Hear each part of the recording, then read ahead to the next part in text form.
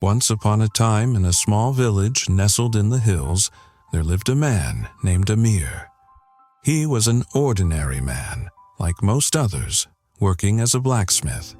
Every day, he would wake up early, take his tools, and hammer away at the metal, crafting beautiful pieces of work. But in his heart, he always wondered if there was something more to life than the daily grind. One evening, as Amir was walking home from work, he noticed an old man sitting on a bench near the village square. The old man had a serene smile, and there was something about him that made Amir stop and approach. He had never seen this man before, and curiosity tugged at his heart. "Good evening, sir. May I ask you a question?" Amir said respectfully. The old man looked at him, eyes twinkling, and nodded. "Of course, my child. What's on your mind?" Amir took a deep breath. "I've spent my whole life working, hammering away at metal, making a living, but I feel empty. Is there more to life than this? What is the secret to true happiness?" The old man smiled gently and motioned for Amir to sit beside him. "Let me tell you a story," he said. "Many years ago, I was like you. I worked tirelessly day in and day out. But I, too, felt the emptiness inside me. One day, I met a traveler who asked me a question. What would you do if you knew you had only 1 year to live?" Amir listened closely, intrigued. "What did you say?" "I was stunned," the old man replied. "I spent days thinking about it.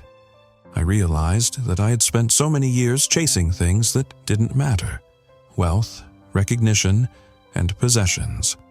But none of it brought me peace. So I sold everything I owned and set out on a journey, seeking true happiness." Amir's eyes widened. "Did you find it?" The old man chuckled. "At first, I didn't know where to look, but as I traveled, I met wise people, some rich, some poor, some with everything, and some with nothing. They all had one thing in common. They were at peace.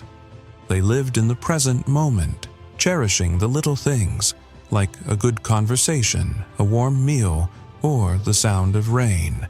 Amir was silent for a moment, reflecting on the old man's words. "So, the secret is in living in the present?" The old man nodded.